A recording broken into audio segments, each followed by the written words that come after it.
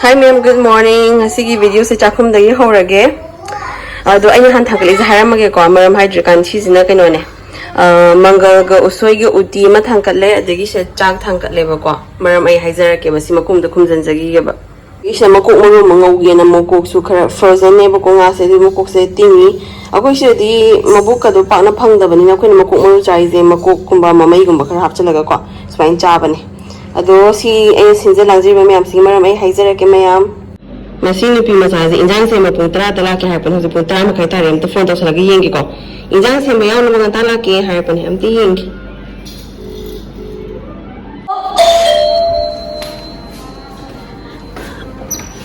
uri thong sa ni ngai ha ba misak to sida lai Miss Gridigi oh Miss Gridigi do Miss Gridigi microphone se pobire mana microphone unboxing taraga Thank you. Thank you, Miss Greedy. Bodo sa din to pili jom. Malip siksi mo diragi. Kana sabi no, inge? Sanga sa ko ay magpluwe de. Ay masuli de tan ba miyo. On hage phi sau nuai ti have to mai sorry na ko. Degi lai bi de microphone se ato siam mo ha pa ga mayam nungai te to yeng ase unboxing tawrage Kani maming lo onjalo. Maming lo onjalo ba sonda. Book hai Yamai. Yeng ase Chimagi season ba ne da nungai khang bai phana season chela ba ne ba. Any opinion? Sa SM post ay na. Yang formal o yeng ase. Mam draw si kada Mom mas pa sa yang formal o pa mi jong to sales wow wang tawrage to sales.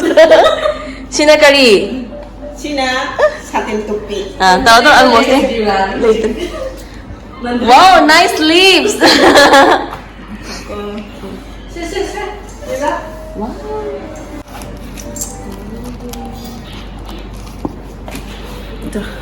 Ini.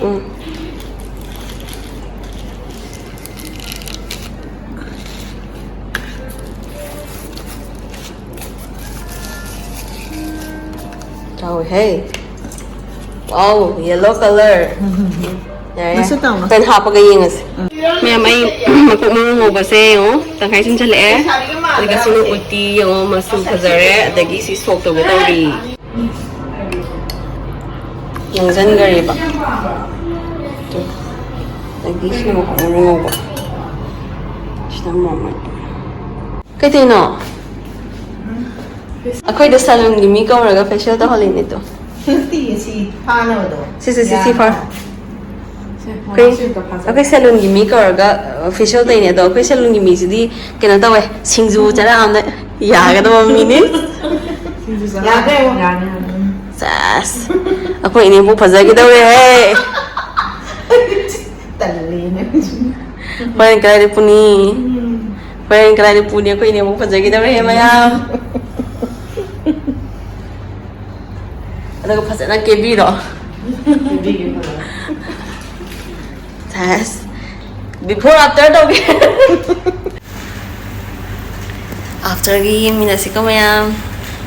Koi mo no biya mo hau gito ra hau de. Kasi no magi na mataway wala ka isa lang dito. Sino mo gilo? Sabi ko din mo ba? Matong ka pala din kano ka pala din yung style ka pala din Ay din ko siya ito.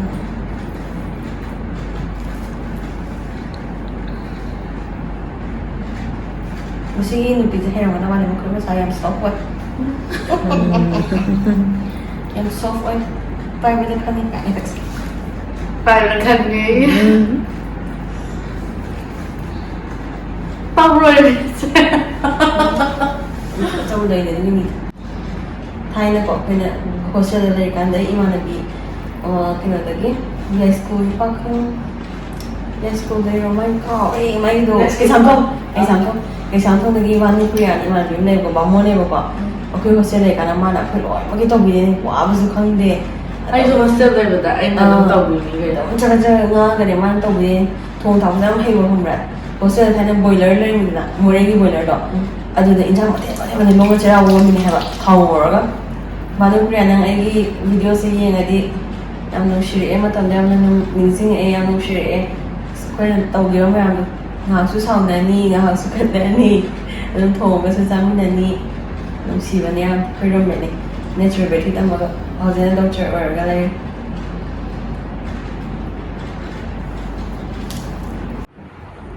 mayam ai khar phasaba horaba Fazare. Tang khai no ngai sam phazara sinadi Foi loira, vai dar. kamai tang no ngai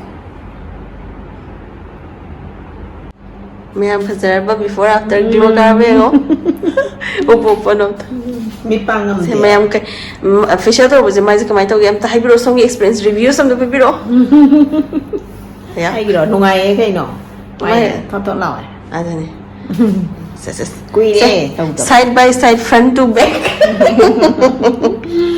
akhoi ko za som da lai re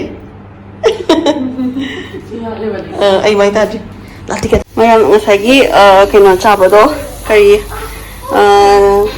udi thong ma chaba ko so loi re facial do bas loi hausi nu thin gi item amu lai singju ko mangal hap kana mangal khara ngori singju se kana tor ni compre khara siga da putro khara siga adagi kobi ju le ne ama kobi ju tor ga hap je do to singju gi masal so be loi la putro khara chale kobi khara chale adagi kino compre khara chale adagi sida mangal ga ngari ga moro ka laure then cha su thang ka le changa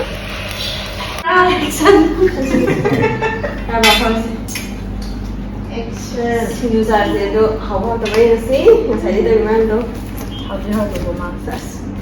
cheers cheers cheers khi mà nang utre kaya mo ga how ga Hospital 그냥 가. 그래 맞아 manang khunung se se la puthalo ge 장한 거 베스트 하고. bây giờ nó có là mang gì ngay là cái năm đó So good. không biết sao gì Mama, mami, papi yo. mà nó vẫn mang thấy nó sử dụng đồ khỏe cho cái trao bà Maka tane. rồi được bà rất yeah pa puthalo manam je am hau Mami, papi yo, baba.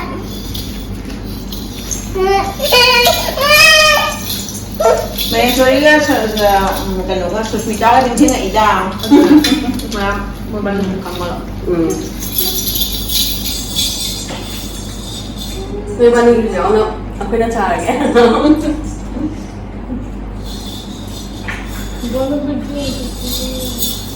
ꯉꯁꯥꯏꯗꯒꯤ ꯆꯥꯕ ꯊꯛꯄ ꯇꯧꯔꯛꯄꯗꯣ ꯗꯤꯅꯔꯁꯦ ꯉꯥ ꯊꯣꯡꯕ ꯆꯥꯔꯒ ꯂꯣꯏꯁꯤꯜꯂꯒꯦ ꯁꯤ ꯔꯧ ꯑꯇꯦꯛꯄꯅꯦ ꯍꯧꯖꯤꯛ ꯀꯟꯅ ꯂꯦꯟꯒꯥꯏꯔꯤ ꯀꯛꯏ ꯆꯥꯎ ꯆꯥꯎꯅ ꯊꯣꯡꯉꯗꯤ ꯄꯨꯛꯂꯣꯏ ꯇꯣꯏꯔꯤꯅꯀꯣ ꯍꯥꯞꯅꯕ ꯃꯌꯥꯟ ꯈꯔ ꯁꯦꯝꯖꯔꯦ ꯇꯤꯜꯍꯧ ꯆꯅꯝ ꯁꯥ ꯃꯔꯣꯏ ꯈꯥꯃꯦꯟ ꯑꯁꯤꯟꯕꯤ ꯔꯧ ꯈꯔ ꯀꯛꯏ ꯉꯁꯤ ꯅꯣꯡꯉꯥꯟꯕꯗꯒꯤ ꯅꯨꯃꯤꯠ ꯇꯥꯕ ꯐꯥꯎꯕ ꯑꯩꯈꯣꯏꯗ ꯂꯩꯕꯁꯦ ꯀꯔꯤ ꯐꯥꯎꯒꯦ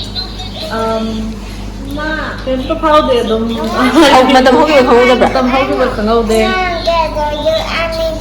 ꯊꯥꯒꯦ ꯊꯥꯒꯦ 아도 시리얼 올라가서. 지금 싸움. ꯆꯥꯗꯣꯏꯅꯦ ꯆꯥꯛ ꯆꯥꯗꯅ ꯍꯟꯕ ꯌꯥꯔꯣꯏ 그리도 떨리면서. ꯈꯪꯗꯦ ꯃꯌꯥꯝ ꯉꯥ ꯊꯣꯡꯕꯒꯤ ꯃꯆꯨꯁꯦ ꯐꯖꯔꯕ ꯃꯅꯝꯗꯤ ꯌꯥꯝ ꯅꯨꯡꯁꯤꯌꯦ ꯉꯁꯥꯏ ꯊꯥꯎ ꯉꯧꯕꯗꯣ ꯑꯗꯨꯒ ꯌꯥꯝ ꯐꯖꯩꯌꯦ ꯑꯗꯣ ꯃꯌꯥꯝ ꯉꯁꯤꯒꯤ ꯃꯊꯦꯜꯁꯦꯀꯣ ꯅꯨꯡꯗꯥꯡꯒꯤꯅ ꯉꯥ ꯊꯣꯡꯕꯒ ꯁꯂꯥꯗ ꯑꯣꯏꯔꯦ ꯑꯗꯨꯒ ꯉꯁꯥꯏꯒꯤ ꯃꯄꯣꯡ ꯉꯧꯕ ꯈꯔꯒ ꯑꯗꯣ ꯚꯤꯗꯤꯑꯣꯁꯦ ꯃꯇꯥꯡ ꯁꯥꯏꯗ ꯂꯣꯏꯁꯤꯜꯂꯒꯦ ꯍꯥꯎꯏ ꯍꯥꯎꯇꯦ ꯍꯥꯏꯕꯤꯔꯝꯃꯣ ꯑꯗꯨꯒ ꯚꯤꯗꯤꯑꯣꯁꯦ ꯀꯌꯥꯝ ꯍꯥꯎꯏ ꯍꯥꯎꯇꯦ yam hau yam hau Dira bye bye tawase bye bye see you again in next video cha na mayam ngasi di matang side lotion jarage mathang da mu thainarase mayam